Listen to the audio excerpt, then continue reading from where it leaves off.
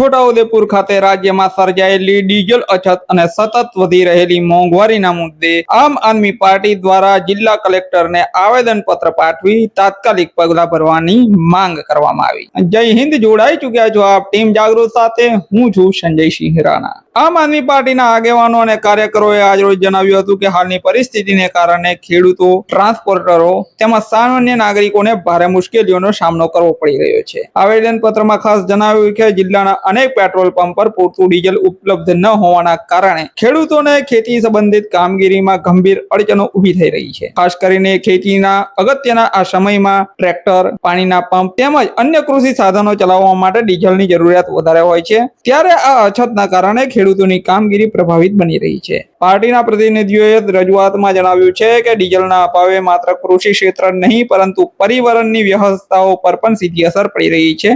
ટ્રાન્સપોર્ટના વ્યવસાય સાથે જોડાયેલા વાહન ચાલકો અને વેપારીઓને સમયસર ડીઝલ ન મળતા ભારે આર્થિક નુકસાન ભોગવવું પડી રહ્યું છે। પરિવહનના ખર્ચમાં સતત વધારો થતા બજારમાં જીવન જરૂરી ચીજવસ્તુઓના ભાવ પણ આસમાને પહોંચી રહ્યા છે, એવો આવેદનપત્રમાં ઉલ્લેખ કરવામાં આવ્યો છે। આમ આદમી પાર્ટીએ રાજ્ય સરકાર પર આક્ષેપ કરતા જણાવ્યું છે કે યોગ્ય આયોજનના અભાવે કૃત્રિમ અછત જેવી પરિસ્થિતિનું નિર્માણ થઈ રહ્યું છે। સરકારે તાત્કાલિક અસરથી ડીઝલનો પૂરતો જથ્થો ઉપલબ્ધ કરાવી સ્થિતિને સામાન્ય બનાવવી જોઈએ તેવી માંગ કરવામાં આવી છે। આવેદનપત્ર મારફતે સરકાર પાસે ડીઝલ સપ્લાય વ્યવસ્થાને મજબૂત બનાવવાની, કૃત્રિમ અછત દૂર કરવાની તેમજ વધતી મોંઘવારીને નિયંત્રણ લેવા માટે અસરકારક પગલાં ભરવાની પણ માંગ કરવામાં આવી રહી છે। અંતે ખેડૂતો, ટ્રાન્સપોર્ટરો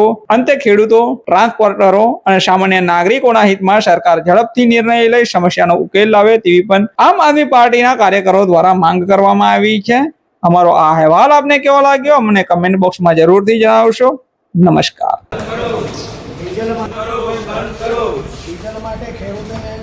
બંધ કરો,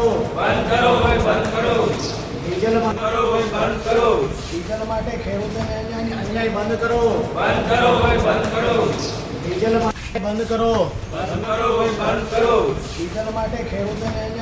બંધ કરો।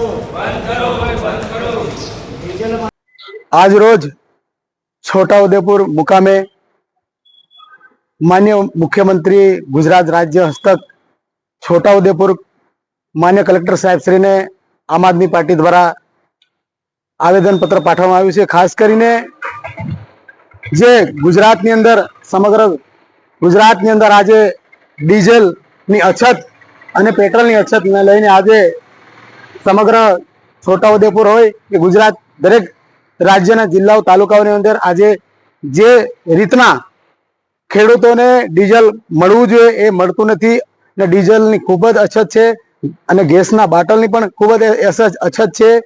અત્યારે ખેડૂતો ત્રાહિમામ થઈ રહ્યા છે।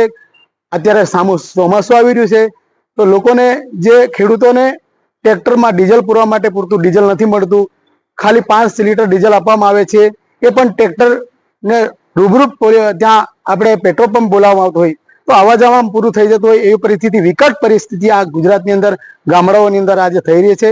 તો ખેડૂતોને અન્યાય ન થાય એના માટે પૂરતી વ્યવસ્થા કરે સરકાર અને બધાને જે રીતના ડીઝલ અને પેટ્રોલ અને ગેસના બાટલ મળી રહે એ રીતની વ્યવસ્થા કરી અને નિરાકરણ જલ્દી લાવે।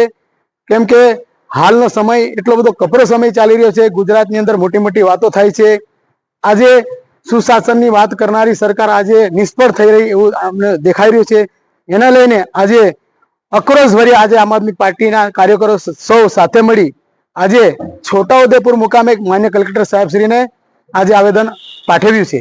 ખેડૂતોને પૂરતા પ્રમાણમાં ડીઝલ નહીં મળે તો આમ આદમી પાર્ટી શું કરશે?